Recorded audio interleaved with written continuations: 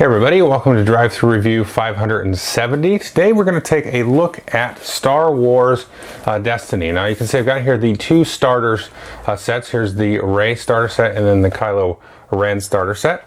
And you can get these now, and then you can also get different booster packs and things like that to enhance it. So it's a collectible card slash dice game. I'm sure a lot of people have heard a lot about it. I've been sort of like inundated on social media and with my friends telling me you gotta try it, you gotta try it. So I was like, okay. So a friend of mine, Marty Cannell, he does the Rolling Dice and Taking Names podcast. If you haven't listened to that, definitely do. He kindly enough bought these at his local game store way over in North Carolina, and then sent them to me because around here you can't find anything. You can't find booster packs or anything. So this is all I got. Now I played a couple of games with just the starter set. So what I'm gonna do is just kind of walk through it, and there's been a lot of videos out already. I'm just gonna kind of tell you what I do like about it, and then I'll kind of wrap up with my final thoughts as much as I can based on what I've played so far. So well, let's take a look. Okay, so here's everything that you're going to get in the respective starters. We've got Kylo Ren on this side and Rey on this side. You also get a very, very succinct sort of triple fold, I guess, two-sided rule book. Now there is a more, I think it's like 15 pages or something. I haven't even read it.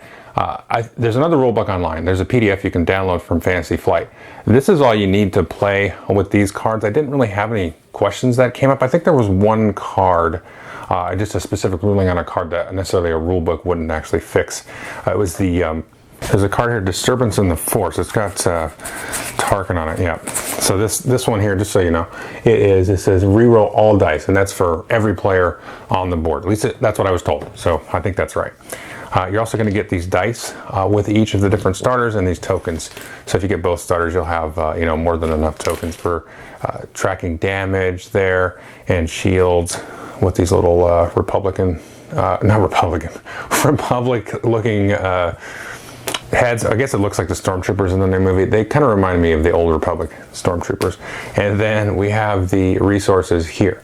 And each player is going to start with 2 resources, and you're going to be using these to spend and put out cards. And this is the cost here. And you have a hand of these cards here. You're always going to have 5 cards in your hand. You're going to play as much as you want. Discard the cards you don't want, and at the end of the round you can draw back up to 5, which is really cool. It's a nice way of kind of cycling through your deck.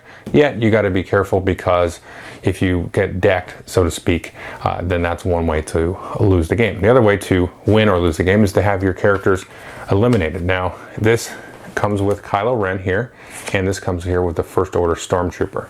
You can see their hit points there, so if we do this much damage to them, they'll be removed. The other thing to note down here is this number here. So when you go to build a real deck, you're going to have sort of like army points, like you're building an army in, Summoner Wars or Warhammer or something. So Kylo is 10 points and the First Order Stormtrooper is 7. But if we use 2 of Kylo's dice, he's going to be 13 points. So you have these different dice here. Let's see if I can find the Kylo dice there. And so these 2, if I chose, and you will choose if you just have the starter to use both Kylo dice, that would cost 13 points, and then plus 7 here for that. So now I'm up to 20 points. And if you are playing a real game, you'll have a 30 card deck with up to 30 points worth of characters. And one of the interesting things that I've heard about the new expansion coming out, which is more of a Rogue One focused, but it still has cards from all over the universe. The Emperor Palpatine that you have in there, if you choose to use 2 dice, he's going to eat up 28 of those 30 points, but he's pretty brutal from what I understand. And so you're going to have these cards, you can be playing these cards, rolling these dice and taking actions to try to basically just do damage to your opponent, or maybe to deck them. I haven't played with any decks that are really focused on discarding cards or anything too much. Now each player is also going to get these locations here. And when you build your deck, you're going to bring a location with you, and then you're going to roll at the beginning of the game to see who goes first, but also you're going to who gets to choose which location is in play. And this is a very, very interesting mechanic here. You can see this one says when you claim it, you can remove a character die. And this one is when you claim it, choose a support or upgrade in your discard pile and place it back on top of your deck. And that's an action that you can do on the round, is to take this. Because you can go, you can pass, and you're going to keep playing and taking actions, one action every turn, and then if both players pass in succession, then you're going to reset the round. But if you just choose to take the claim action, you get a cool little bonus, but then you basically passed for the rest of the round. You've ceded the round to your opponent. So it's a little bit kind of like playing chicken here to grab that. Now the other thing to notice, some of these cards, when you put them into play like BB-8 here, he's a support. So he kind of comes out alongside your characters. And he has his own die, and this is the die, and it kind of shows you the faces here, and I'll talk about a little bit about what those symbols mean. So this is going to come and it's going to be available for you to activate when you put this droid into play. And this one here is an upgrade. It's a lightsaber, and here's the lightsaber die. And so when you upgrade and attach this probably to Rey or Finn, and you will get to add that die to that pool. So Rey here has her 2 dice, and maybe if we upgrade her with a lightsaber, she gets another die that she can sort of activate. And there's some other upgrades in here as well. Let's see, Rey's staff here, so we could give her this. At most, you can have 3 upgrades, so you can really load up and equip out, you know, a character and get a ton of dice. So they're going to be very, very powerful and have a lot of dice here that you can activate. The next thing to note here is that you can notice this is actually a villain card here. And normally you have to make a hero or a villain deck. So if you look at this awakening card here, you can see it says hero. But the Finn/Rey deck here has a special ability. It says you can attach any weapon to this character ignoring play restrictions. You can include red villain weapons and vehicles in your deck, because remember, he used to be a stormtrooper, and so he can actually have the Finn rifle, the F111D rifle. So let's just take a quick look at what you can do on your turn. And first thing, you can use a play card from your hand. Again, you're going to pay the cost and resources. You can activate a character or support, and when you do that, you're just going to take all the dice and roll them and then put them off to the side of your character, and these are going to have various different actions. You can see the icons and numbers on there that you can activate. Then you can resolve your dice. So when you resolve your dice, you're going to choose one of the dice in the pool, or one of the types of dice in the pool. So we can see we have this one here, and this is actually a discard icon. So I can take and activate all of those like dice, and then I'll put them back on my character cards up here. And in this case, my opponent would have to discard 2 random cards. Now sometimes they're going to be a blank. There are cards that will interact with a blank, but I would say, from my experience with playing with these 2 decks, maybe 50% of the time they're useless. It might be a little bit higher than that, and I just kind of had lucky and had cards to interact with that, but it's not the end of the world to roll a blank. And you can also build your deck to re-roll dice more often, or maybe you have abilities that actually use the blank as a sort of special ability and that kind of thing.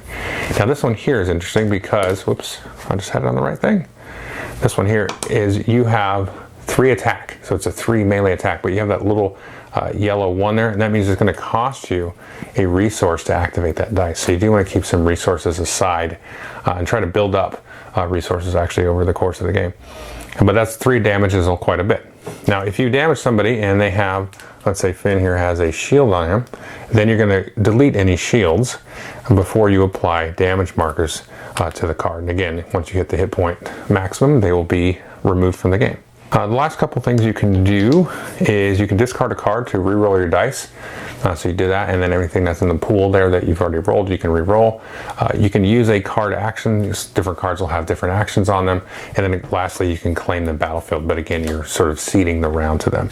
And there's also a quick note here about all of the different types of damage. There's range damage and melee damage, which are basically the same, but you have certain cards that interact with the types of damage. Focus, you can turn a die to any side that you want, which is very, very powerful. Disrupt and discard, those discard resources and cards respectively. You get shields. You can activate dice and you can get shields onto your characters. You can gain resources, and then there's a special. Some of the characters or even the equipment will have specials here, so you can activate that particular special ability. And there's one other thing I should talk about with the damage. Let's see if I can find, here we go. Let's just take these 2 as an example. Well, let's say I had these 2 dice here, then you can see this is a +2 ranged attack, and this is a 1 ranged weapon. Now if I hadn't rolled this one would do nothing, because you need a base number to actually get the plus. So the plus by itself is worthless, but if you stack it with something that has a solid number, it's 1 + 2 is 3. So the pluses can be very good, but they can also be effectively blank if you don't have something to partner it with. But that's it. You go back and forth and you just take 1 action at a time, so there's no like counter spells or interrupts or anything like that. It's just you go, I go, you go, you go, I go. and you play till somebody either runs out of their deck and all the cards, which I haven't seen happen, or you kill off both of their characters. Okay, so that's a very brief overview of Star Wars Destiny, and so I kind of gave this one a miss because of the collectible aspect. It came out late at the end of last year, and I was like, and it looked interesting. I gotta be honest with you, it looked interesting. I heard some early buzz coming out about, I think it was around Gen Con time, and folks were playing it and they were really liking it. They were surprised by how much they liked it. And you know, I kept in touch with a lot of folks that go to BGG Con, and it seemed to kind of catch fire there with those folks. And some of my friends, like I said, Marty Cannell, he was kind enough to hunt down a pack for me. And he was at the store and he said, you know, you should really try this game. And so a bunch of other my friends are like, hey, you gotta try it. Yeah, so the game is really good. It's really fun, but I cannot find anything anywhere. I can find booster packs online, but it's like $90 shipped. And to me, that's too much. And I'm not faulting the company for that, because they're going through production problems and trying to get them out. But it's too much for me to spend right now on, you know, some booster packs. And so I can't really comment on the cost of that and the value of, you know, do you get enough dice or cards in the booster packs? I don't know. But I think I'm going to hold on to these. I am going to hold on to these. And when hopefully another print run of a large amount of this first set comes out, I will pick that up, or maybe I'll pick up the new set when it comes out in a couple of months if I can get it for a reasonable amount. And for my money and my expertise, I think a booster box of this kind of stuff around $60, $50-$60 is reasonable, and I would pay that for one booster box and maybe get another one like the following month or something like that, because I can really get the deck building juices flowing with this. I played the game 3 times now, and honestly by the first 3 turns I was like, oh, okay, yeah. So like it just locked in. I'm like, yep, I understand why people like this, because I was just like, oh, there's so many different things that you can do with the die. And just the whole you go I go thing is very, very quick. It's like boom, boom, boom. But then as the game sort of ramps up, you get more support out there, more droids and lightsabers and all that stuff, and then you start to get more dice in the pool, and the turns become bigger and stronger, and you know, the sort of tactics of, okay, do I do this and shield up my guys because I see what dice you rolled, but then you're going to activate them, you know, and what are you going to do? So there's a lot of back and forth like that, sort of maneuvering around each other. But then, like I said, the turns get bigger and bigger and bigger and more fun and lots of damage, and you can pull off little combos and do things with your dice as you get more cards that activate abilities. So it just kind of spirals up like that, which is really fun. And you know, the other thing I was thinking of with the turn structure is you could totally make this an app, and that would be probably a money sink, you know, for a lot of folks, because you could buy packs. I mean, they could do the whole collectible thing. That's something that has worked, you know, online and with apps, and there's no distribution problem with that. And because of the turn structure, you can play it async. You know, I think of all the people that have been played, and I was one of them, that played a lot of Ascension, a lot of Star Realms. You know, that the way that turn structure works is perfect for asynchronous online play. But I'm kind of digressing a little bit. The component wise is great. You know, these are nice, suitable cardboard tokens. The dice are really, I love the dice. They're big and thick and chunky, and they're not stickered. They look like they were stickered when I first saw it a long time ago, but it's, you know, it's printed on the die, these art images that match, you know, the art on the card. And I think that works really well. And I like that. I like the pictures on the dice, you know, and it sounds like a silly thing, but it really kind of, something about it, the big dice, the pictures on the dice really gets me into the game, and the, you know, just the tactileness of that. Works really well, and it just makes it look nice on the table as well. But I can see this having some legs, and you know, that's what I'm saying. I can't comment on, you know, all the extracurriculars, but just the core mechanics, the way the turn works, it's an excellent game. And you know, I'm looking forward to being able to do some deck building and play around with this and get into that, because from what I've you know, and this is just all hearsay. That's the word, hearsay.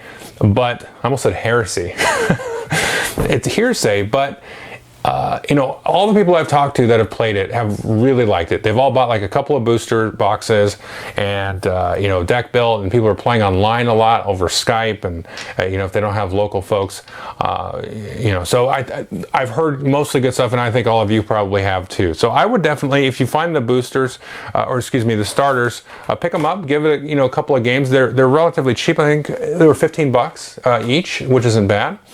So you and a friend can get one, or you can get both for a couple of friends of your family, and try to play it.